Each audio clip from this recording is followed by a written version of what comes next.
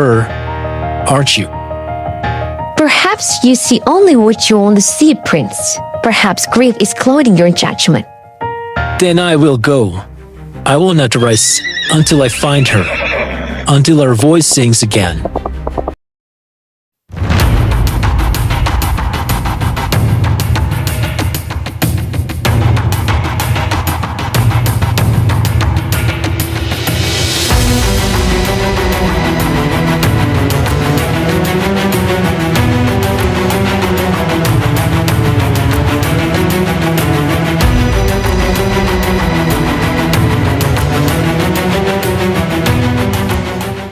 Disclaimer.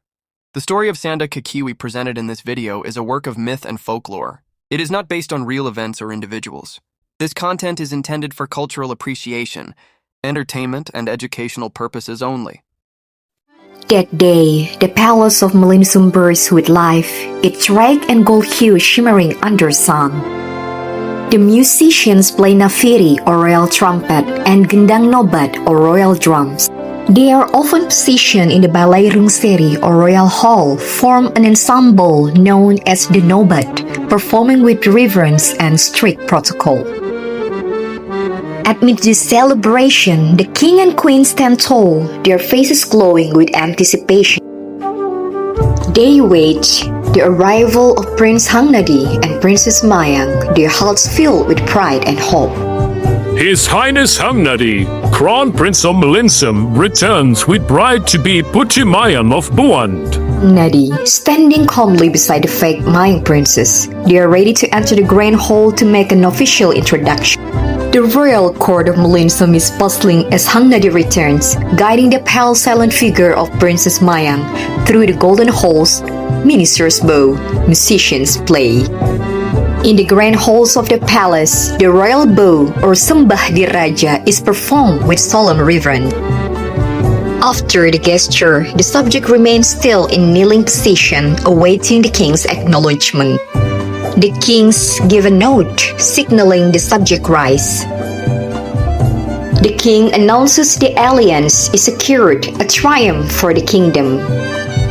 My son returns is not just with honor, but with the bright fate has chosen for our house. Welcome, Chalap born. Welcome, our future daughter. You are safe now, dear one. The halls of Melinsum are your own. May they bring you peace after all we have endured. Our alliance is sealed with a comforting couch and a promise of unity. Your Majesties, I am honored. The palace courtyard bursts with celebration, yet Hang Nazar remains a stoic figure on the edge. His travel-worn attire and silent demeanor sharply contrast the joyous scene. Amidst the jubilation, Hang Nazar's intense gaze is fixed on the veiled woman beside his brother. Nazar observed the woman from afar, her elegant movement and practiced smile painting a deceptive picture. Her every step is measured, her smile perfectly crafted, yet a discordant note lingers in her eyes. An unsettling feeling creeps over Nazar as he studies her, sensing something amiss beneath the surface. The woman continues her practiced movements, but the coldness in her eyes betrays a hidden agenda. Hang Nazar tried to approach her to start a conversation.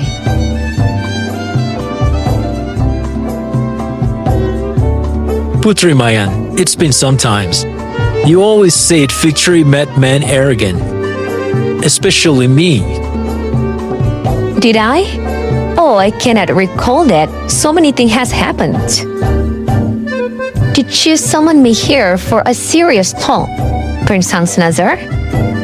Summoned? No, I merely asked for a walk, a chance to speak, away from the fanfare. Of course. I prefer quiet places lately. That's you. You said quiet made you restless. Like you were missing the start of a festival. I suppose war changes people. Yes, but memory? Not so easily. They walk along the stone paths, their footsteps echoing softly. Hang Nazar speaks with calm precision, like a man laying careful traps. Do you remember the feast of the red moon? You spilled mangosteen juice on my shafts and Putri Bungsu said I was the van to wear white head away. That sounds like something she would do. It was you. Well, who did it? Yes. Silly me. It's all blur now. Hang Nazar is facing her directly. His voice lowers slightly. Tell me, Putri, what did you and Bungsu bury beneath the Bagian tree last spring? Bury? Yes, you bought a voo. I wasn't allowed to hear that, remember? You said it's sister think you were crying, but you were laughing too. We buried later? Later, huh? A bracelet? Perhaps? No. You buried a carved wooden bird. Bungsu broke her toy, and you both said if it returned in a dream. It meant you'd always find each other, no matter where the fate take you. You and her, aren't you? Perhaps you see only what you want to see, Prince. Perhaps grief is clouding your judgment. Or perhaps you wear a face that does not belong to you. You knew the court would not question it, not after such cows. But I knew Mayang. I knew Bungsu. And I knew you are neither. Then perhaps, Prince Hang Nazar, you should ask yourself, if I'm not Mayang, why did your own brother bring me to the throne? That is a question I intend to answer, and when I do, even your shadow will not be safe. The ghost turns, her smile lingering like a last breath of a candle. She walks away, graceful, but now exposed. The garden festivities had ended hours ago. Princess Mayang had retired to her chambers. But Hang Nazar couldn't sleep, not while her voice echoed wrong in his ears. Not while her eyes remained cold, no matter how much warmth was poured into her welcome. That night, he decided to reach the Hall of Forbidden Records. It is a place, the sealed wing, where only royal blood and palace colors dared enter. With a glance over his shoulder, he slipped inside. He's looking for scrolls or ancestral law, treatises on spiritual mimicry, Buan folklore transcribed by forgotten monks. The deeper he dug, the more fragmented the knowledge became.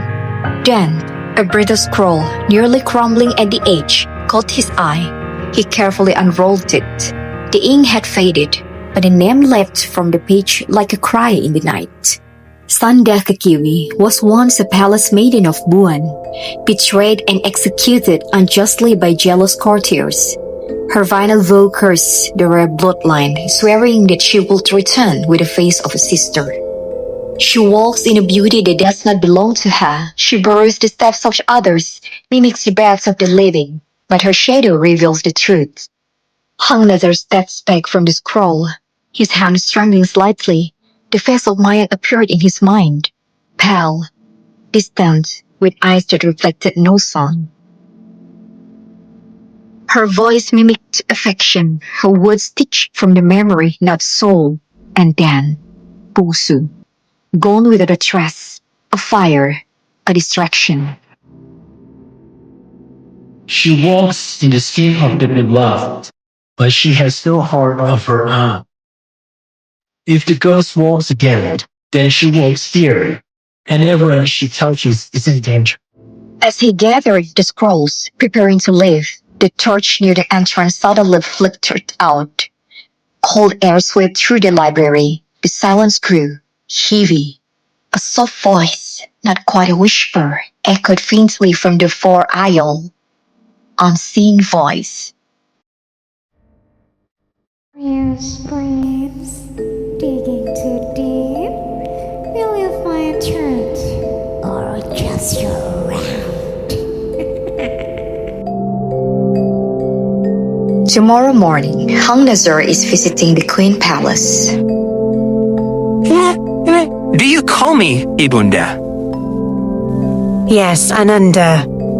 I do not wish to question the heavens, but this woman they called Princess Mayang, she walks this hall like a stranger to her own skin. Have you noticed? Indeed, Tuanku. I've watched her closely.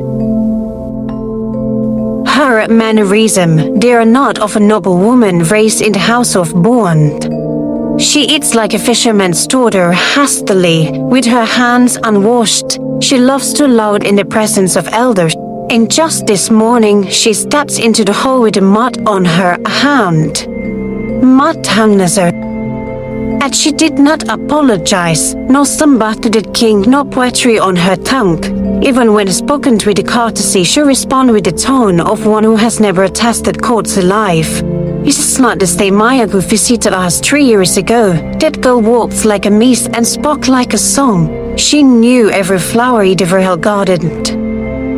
This one does not even know the name of the mother's clan. When I asked, she simply blinked.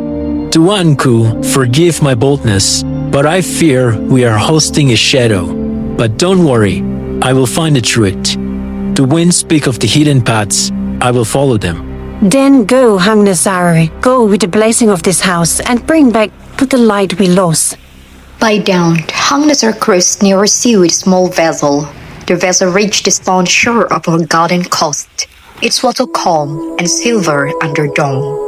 From there, the path turned steep, winding into the mountain ridges of Gunung Senja, named for the way they caught fire each evening beneath the setting sun. The climb was long and harsh, but as he rose higher, the air changed. It grew cooler, cleaner, and carried with the fragrant breath of the mountain herbs, wild ginger, kamani, lemongrass, and pine. The deeper he went, the more the world below seemed to vanish, replaced by birdsong and rustle. Then, nestled between two cliffs carved by centuries of wind, he found it. A humble hut of woven palms, fronds, and staked river stones sat at the edge of the narrow plateau. This was the sanctuary of Grandma Inang, a woman whispered about in markets and stories, whose hands knew the language of healing, and whose tongue remembered the old tales. The cursed names, the spirits that walked where they should not. Her door always open, but only to those who walked the path with humility and intent. They placed like a spell, and though it was silent, Hang Nazar felt watched not with fear, but ancient knowing. Here, among written smoke and story, he would find the answers the palace could never give. So the warrior returns, haunted by a silent girl. Yes? You know of my dream? Dreams from the heart are not dreams, boy. They are echoes, whispers through the spirit wind. I saw her. She could not speak. I fear. She still lives, somewhere cursed, somewhere wrong. But what can I do? This is Airly Sanjiwa, the potion of the voice soul. It was brewed from the tears of Sungkai Ba and the petals of moon orchids. It does not create a voice. It awakens what was stolen. I know when a heart beats in silence. Bungsu's voice is not gone. It's buried beneath shadow, beneath fear, but not gone. Then I will go. I will not rise until I find her, until her voice sings again. Hang Nazar packs a light satchel and takes a swift horse to the coast, departing under moonlight. He boards a small ship with only one guard, no fanfare, no farewell. Hang Nazar sailed with his majestic ship that he calls Perisai Angin. It is a majestic warship and royal envoy of the Melinsum Kingdom, built not only for strength and endurance, but also for elegance and honor. Maya, Bungsu, if you're still there, hold on. As Hang Nazar disappeared into the mist once more, Grandma Inang looked toward the horizon. The wind shifted. And somewhere far away, Putri Bungsu stirred in her sleep, her lips trembling with words she could not yet speak. The Perisai Angin, defined by its striking red and indigo sails, navigates the expansive silver-blue sea. The ship advances towards Buan Island.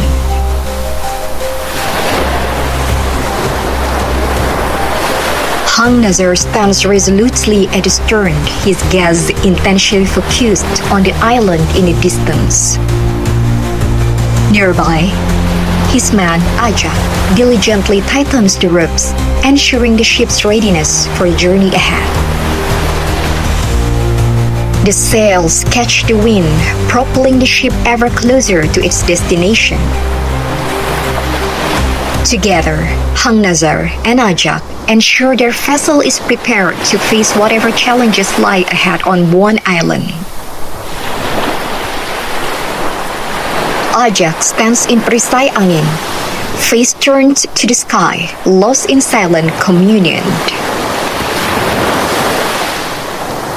The wind whispers secrets through the tall grass, a chorus of untold stories.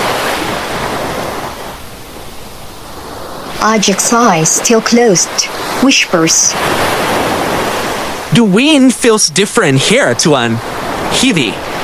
Like it's carrying voices we cannot see. His island remembers, we must tread as strangers in a land that once knew joy, and now speaks only in secrets. The wind continues to blow, a silent witness to the island's long-forgotten memories. By dawn, the Perisai Angin finds anchorage in a silent cove, untouched by sounds of nature. Hang Nazar prepares to disembark, his movement measured and silent. Ajak follows, his gaze sweeping the desolate shoreline. With minimal supplies, they step onto the shore of Buan Island, ready to face the unknown. Ajak follows Hang Nazar, holding a rolled-up mat, his face serious. The cove remains eerily silent as they venture island, the ship a distant sentinel. Hang Nazar and Ajak arrive at the edges of Hutan Dendang Bungkam, where ancient banyan trees loom like silent giants. The forest exhales an atmosphere of ancient secrets, and the damp earth, a palpable sense of unease filling the air. Towering banyan trees dominate the skyline, their roots like grasping claws sinking into the earth. They pause, sensing the forest's ancient secrets before stepping into the shadow of Hutan Dendang Bungkam. Sunlight struggles to pierce the dense canopy of Hutan Dendang Bungkam, casting an eerie, dappled light across the ancient forest floor. Ancient trees loom like silent sentinels, their gnarled branches twisted into grotesque shapes. Ajak studies the trees, his gaze cautious, sensing the forest's ancient secrets. These trees, they look like they've been watching for centuries. I have seen this forest before, Ajak, in my dream. Just follow me. Ancient symbols spiral across the trees, their cryptic presence, hinting at warning from ages past. Ajak halts abruptly, his face paling as he confronts one of the marked trees. It burns cold, Tuan. Like it's judging me. The forest watches, ancient and silent, as Ajak confronts the chilling presence of the symbol. Sunlight streams through the canopy, casting dappled shadows on the forest path as Hang Nazar approaches an ancient tree.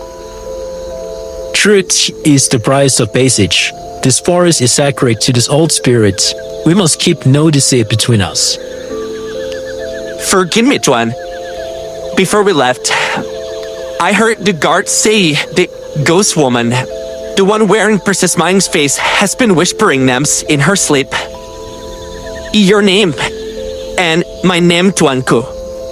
The weight of Ajak's words hangs heavy in the air, disrupting the tranquility of ancient forests.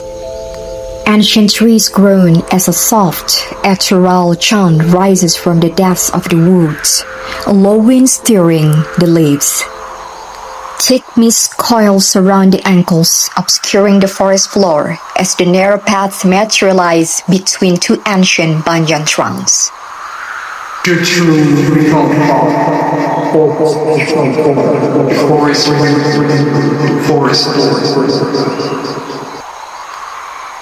This is where it began, Sajak. The truth waits beyond the banyan.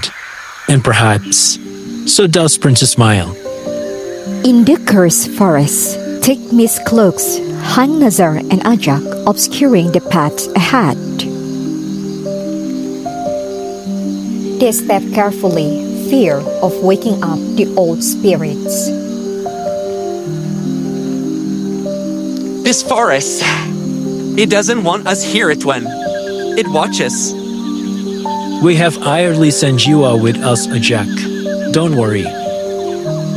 Let the forest watch, but it will see us live with its truths.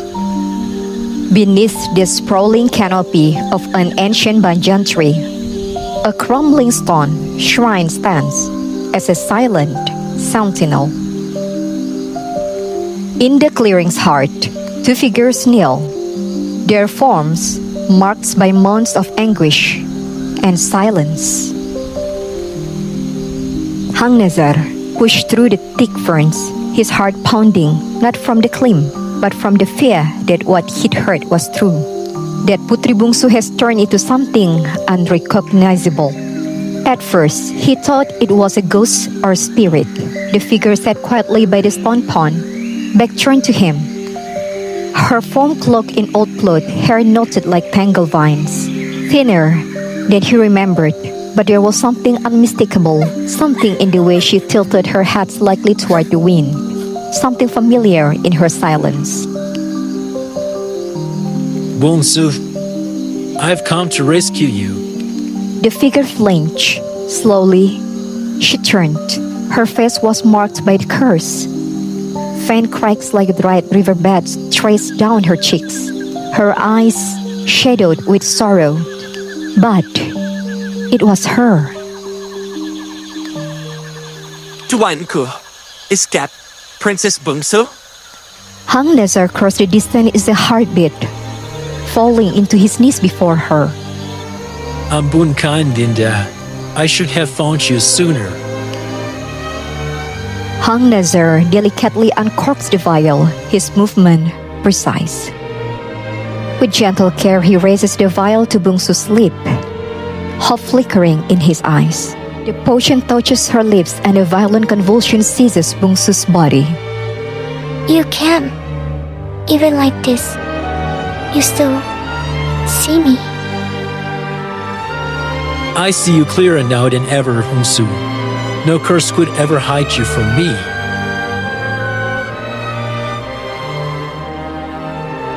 I was afraid you wouldn't know me.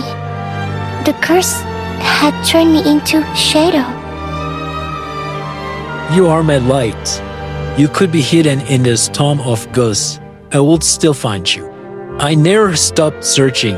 I never stopped loving you. We will undo this, Bungsu. I brought you to Grandma Inang. She will help, but even if the curse never leaves, I will stand beside you. Always. Tuanku, Princess Mayang, she had drunk the water. She wasn't me. She fooled us all. Even Hanmeri believed her. We led her into the heart of the kingdom. Sandah Kekiwi has stolen my face and my name. She is Rosasat, a ghost who feeds on memory. All this time, we bowed to a spirit. Tuan, I defended her. No more. We returned with the real princesses, with a voice that were stolen. The palace must see who they crowned it. and who they abandoned. Princess Maya, Princess Bungsu, we have to go back to Malinsum very soon. Let's bring back the shadow to her own place. At dusk, the Perisai Angin, a majestic warship, cuts through the waters of Buan, its intricate carving gleaming under the sun. At the helm, Nazar stands firm, his weathered hands guiding the ship towards the horizon. His gaze is fixed, southeast, towards the faint silhouette of Malinsum, a silent promise in his eyes. The warship glides gracefully, a symbol of strength and elegance against the vast expanse of the sea. Below deck in Perisai Angin, Mayang and Bungsu sit shrouded in travel cloaks, faces lit by the dim light. Do you remember sneaking out of the palace that one time? Of course, to watch the sea turtles hatch. How could I forget? We almost get caught. Worth it. Seeing those tiny turtles make the way to the sea. It feels like a lifetime ago. That happens before our mother passed away. I really miss her, Kak Mayang. It was a simpler time, wasn't it? 3 days into the voyage, the sky darkens ominously. Long shadows stretch across the deck of the Perisai Angin. Tuanku, a storm is approaching. We need to prepare. Let it come, Ajak. The Perisai Angin has weathered worse. The air thickens with humidity as the sea churns restlessly, mirroring the brewing storm. Ajak, have faith in her strength. Perisai Angin sails on, poised to confront the approaching tempest.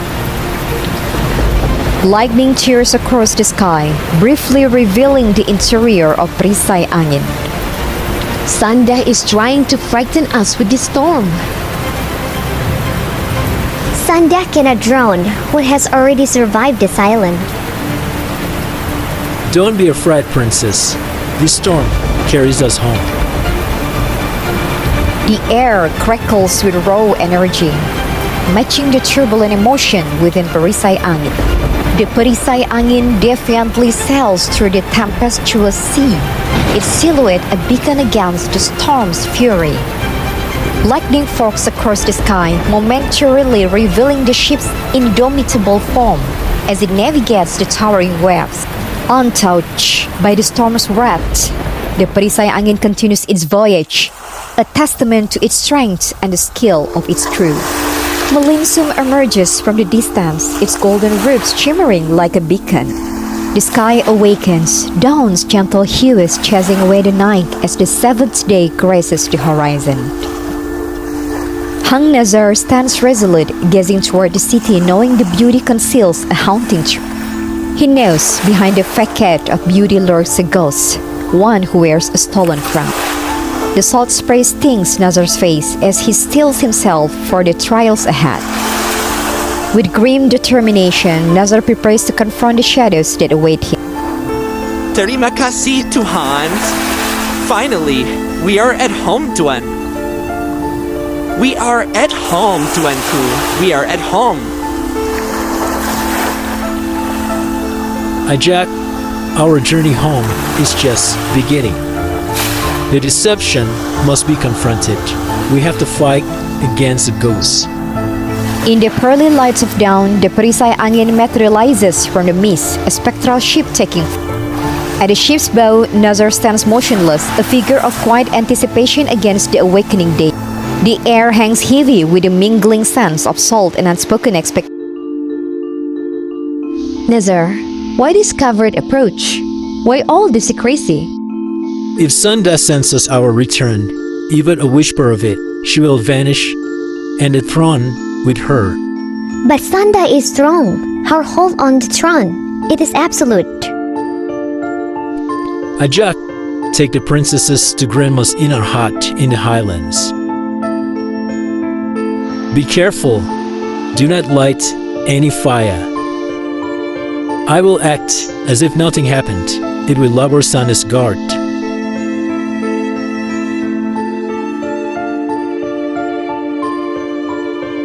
Under the cloak of day, the veiled princesses embark on a clandestine journey, guided by Ajak through the city's labyrinthine path. Each step leads them further from the familiar, deeper into embrace of forgotten trail.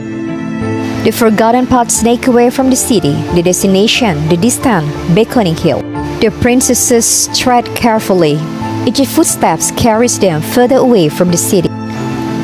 As dusk settles, Grandma's inang hut emerges, embraced by mist and ancient herbs, hinting at secrets within.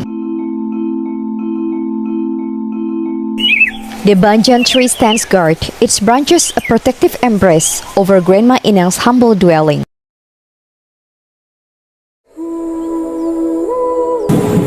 Shadows dance as the twilight deepens, enhancing the hut's aura of ancient wisdom and concealed enchantments.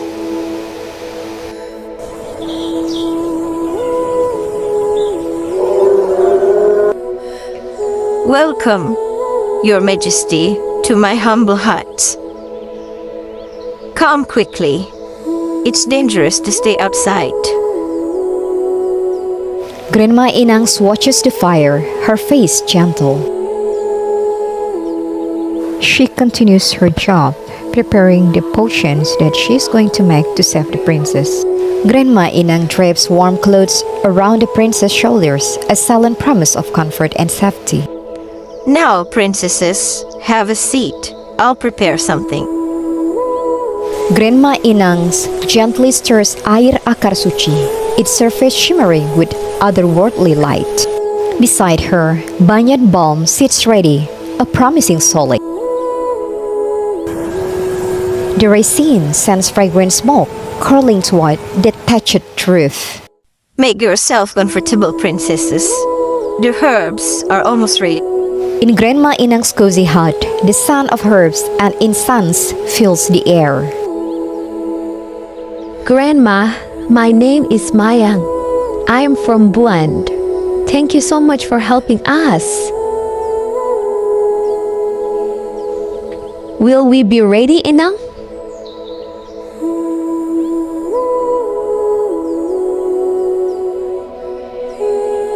The potion for the ritual is almost ready. It will help you to restore not only your beauty, but also your soul. My princess, truth is about being undeniable, not just ready. Have faith in God. God will answer your prayer soon. When the moon reaches its peak, in the room of Pembersih Jiwa, a ritual is prepared. The princesses are ready to bath in a banyan smoke. Putri Bungsu lit candles one by one around the room. Grandma Inang painted small runes on their wrists, symbols of voice, soul, and bloodline.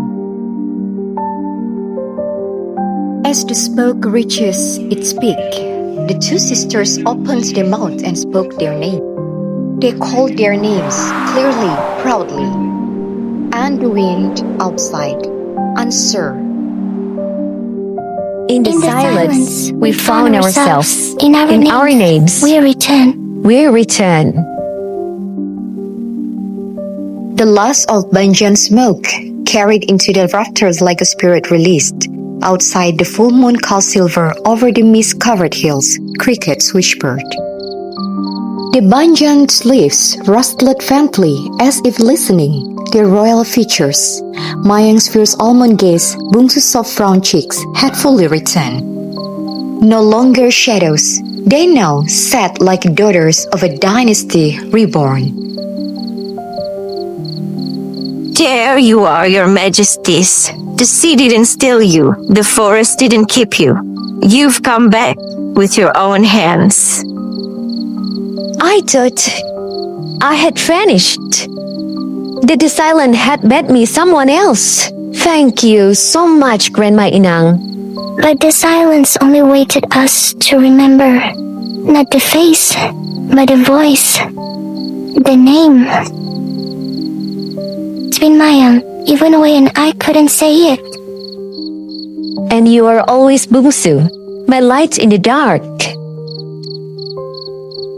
Inang, when we return, what if they don't believe us?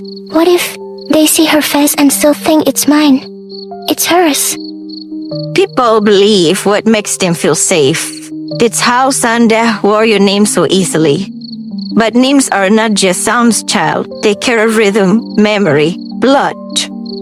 Bind your presence to the all around you. You will walk into the palace, and the very wind will whisper, "Here walks the true daughter of Buan." I want to look into his eyes and see if he still believes she is you, Mayang. Be careful, princess. Spirits were faced long enough to forget they are borrowing them. But you have your roots. She has only missed. Do you think Hang Nazar is safe in that palace, Mayang? He's walking in shadow, like we did. But unlike us, he chose to enter the dark, so he could lead us out of it. We have to be ready. We will be. No more hiding, Mayang. No more hiding. Then drink and rest. At first light, I will teach you the binding rite. And your feet touch palace stone again. Not even a spirit will dare speak over your lane. The two sisters took the bowl together, one sip each. Outside, the wind stirred again, and this time it did not whisper their names. It sang them. Meanwhile, in Melinsum Palace, at the morning, Hang Nazar returned to Melinsum Palace as if nothing happened, as if nothing changed. He acted as normal as possible. With confidence, Hang Nazar entered the gates of Istana Melinsum as the palace guards saluted him. He wore a clean uniform, no blood, no dirt, his expression calm. Hang Nazar come to see Ibunda. Ibunda, the vessel had returned early. With a little progress, everything has been taken care of. I'm glad you have returned, my son. May all the blessings of the spirits always be with you. I'm sure that you have a lot of story to share. Indeed, he is. He returned so soon, Hang Nazar. Was the journey fruitless? Not entirely, Tuanku, but the sea gave me a few answers. I see. Yet your phrase tells me something stirs beneath the waves. Only the tide, Tuanku, and it too must wait its turn. Sandah tilted her head, a corner of her smile twitching, as if something inside her was unsure for the first time. He sat alone, the candlelight flickering across his face. On the table before him was a scroll. It is Grandma Inang's charm of memory, wrapped in silk, sealed with ash, a weapon of spirit, not steel. If you place it false mind's fears, it will shatter her illusion. But I promise myself, I'll bring you back to the shadow, Sandah. Soon.